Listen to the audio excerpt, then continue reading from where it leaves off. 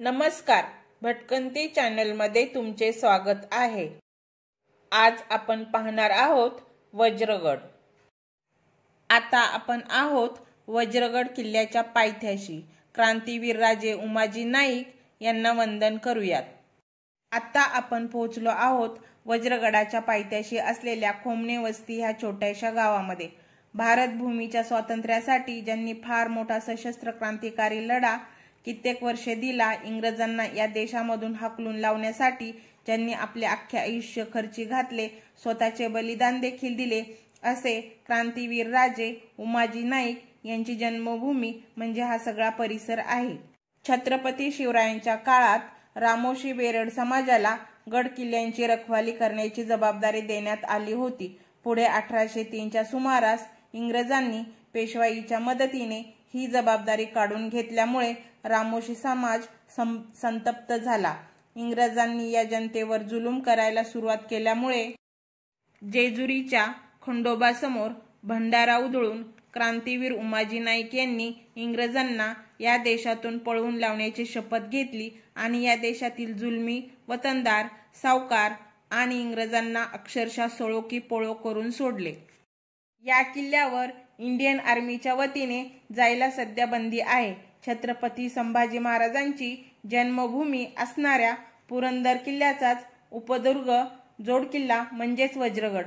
पुरंदर किल्ल्यावर आल्यावर एक बाजूला वज्रगड दिसतो, परंतु जो शिवकालीन राजमार्ग होता तो भारतीय लष्कराच्या वतीनं बंद करण्यात आला आहे।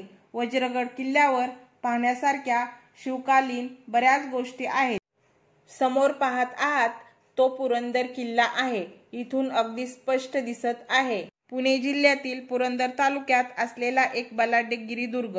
पुणे जिल्ह्यातील सासवड गावाजवळून 15 किलोमीटर अंतरावर असलेली पुरंदर आणि वज्रगड ही दुर्गजोडी दोन्ही किल्ल्याच्या मधोमध असलेल्या भैरव खिंडीमुळे विभक्त झाली आहे। पुरंदर आणि वज्रगड हे दोन्ही किल्ले भारतीय लष्कराच्या ताब्यात आहेत। वज्रगड किल्ल्यावर नेमबाजीचा सराव होत असल्यामुळे या किल्ल्यावर जायला लष्कराच्या वतीने बंदी आहे, म्हणूनच हा किल्ला फार थोड्या लोकांनी पाहिला आहे।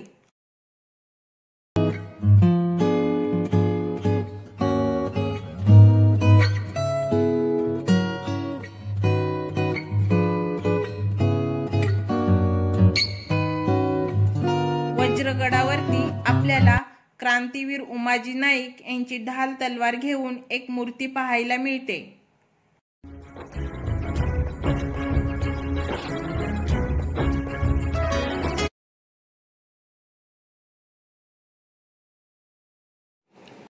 इथे भरपूर करवंदाची झाडे पाहायला मिळतात।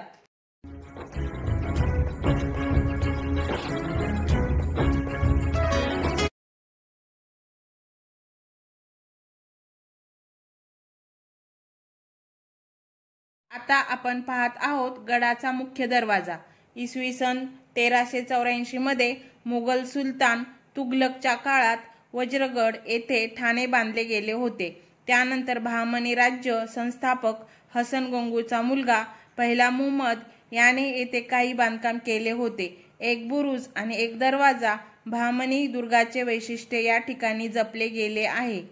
वज्रगडाच्या महादरवाजातून बाले किल्ल्यात प्रवेश केल्यानंतर समोरच मोठमोठाले दगड रचून तयार केलेले कातळ सुळके आपल्याला पाहायला मिळतात। असे सांगितले जाते की या सुळक्यांवर उभे राहून क्रांतीवीर उमाजी नाईक आणि त्यांचे सहकारी ब्रिटिशांवर लक्ष ठेवत असत। आता आपण पाहूया वज्रगडाचा इतिहास। वज्रगड आणि पुरंदर हे किल्ले 1665 पर्यंत स्वराज्यातच होते, तर या काळात औरंगजेबाने त्याचा कडवा सरदार मिर्झा राजे जयसिंग व दिलेर खानाच्या सैन्याला स्वराज्यात पाचारण केले होते।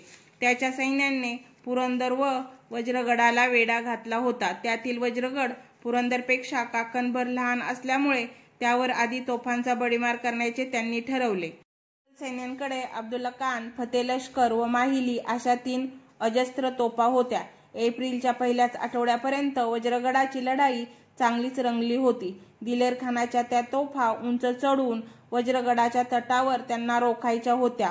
3 दिवसाच्या अथक परिश्रमानंतर पहिली तोफ निश्चित स्थळी पोचली आणि त्यानंतर 2 तोफाही वरती पोहोचल्या। त्या तोफांचा एकाच बुरुजावर हल्ला करत 13 एप्रिल या दिवशी बुरुजाने मान टाकली व मोगलांनी वज्रगडावर प्रवेश केला। आतील सैन्यांनी त्यांना प्रतिकार केला, पण त्यांना फार काळ प्रतिकार करता आला नाही। दुसऱ्या दिवशी मराठ्यांनी पराभव स्वीकारला। त्यांना बंदी बनवून मिर्झा राजे जयसिंग यांच्याकडे पाठवण्यात आले होते। मुरलेल्या मुसद्द्यांनी त्यांना बिनशर्त सोडून दिले। पुरंदरवरच्या सगळ्यांनी गड सोडून द्यावा म्हणून त्याने हा मोठेपणा दाखवला होता। 14 एप्रिल 1665 या दिवशी वज्रगड पडल्यानंतर तोफांचा बडीमार झेलण्याची आता पुरंदरची पाळी होती। दिलेर खानाने त्याच्या तोफखान्यातील प्रमुखाला व सैन्यातील वीरांना सन्मानित केले। तोफखान्याच्या अचूक माऱ्यामुळे वज्रगड त्यांना मिळवता आला होता। यानंतर दिलेर खानाने आपला मोर्चा पुरंदरकडे वळवला। पुरंदरवर तो तोफांनी तुफान हल्ला करू लागला। याच वेळी मुरारबाजींनी थेट गडावरील काही निवडक मावळे सोबत घेऊन दिलेर खानावरच हल्ला चढवला। या भीषण लढाईमध्ये स्वामिनिष्ठ मुरारबाजींनी प्राणाची शर्त केली व अखेरच्या श्वासापर्यंत पुरंदर लढता ठेवला। जेव्हा ही वार्ता छत्रपतींना कळाली तेव्हा छत्रपती स्वराज्याचे नुकसान टाळण्यासाठी नाईलाजाने मोगलांशी तह केला। याच तहामध्ये मिर्झा राजे जयसिंग या मोगल सरदाराला शिवछत्रपतींनी 23 किल्ले स्वराज्यातील द्यावे लागले। हा होता वज्रगडाचा इतिहास।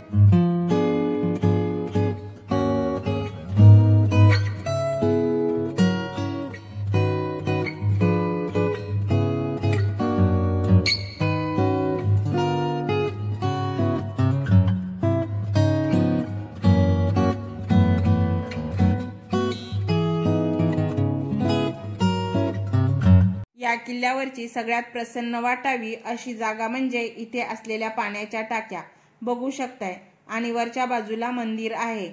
एकाच ठिकाणी 3 पाण्याच्या टाक्या आपल्याला पाहायला मिळतात। किती मोठ्या प्रमाणात या टाक्यांमध्ये पाणी अजून सुद्धा आहे।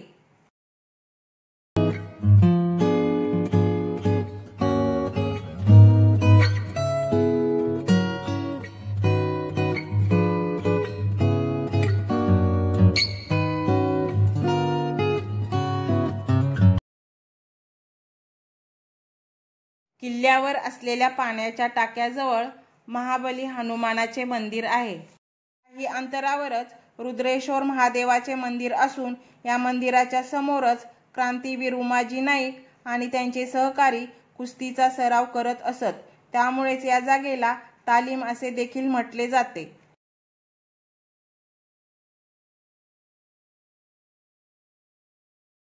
बाले किल्ल्यावर मध्यभागी असलेल्या मोठमोठ्या दगडांजवळ मागे एक बुरुज पाहायला मिळतो। या बुरुजाच्या मधूनच मंदिराकडे जायला एक लहान कमानी प्रवेश आहे।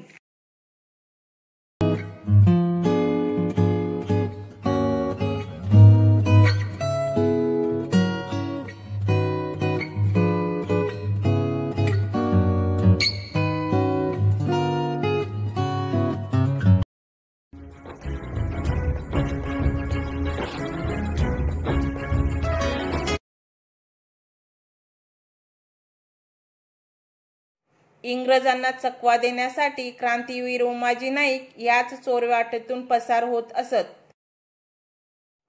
त्यामध्ये जनावरे पडतात म्हणून आता ती वाट बंद करण्यात आली आहे। आता आपण बुरुजाच्या तटावरनं चालत आहोत।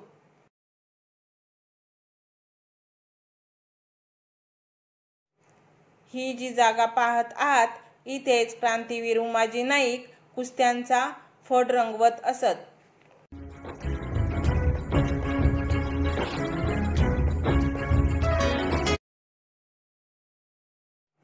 हा व्हिडिओ कसा वाटला हे कमेंटमध्ये नक्की सांगा. लाईक, शेअर आणि सबस्क्राईब करा. Okay, thank you.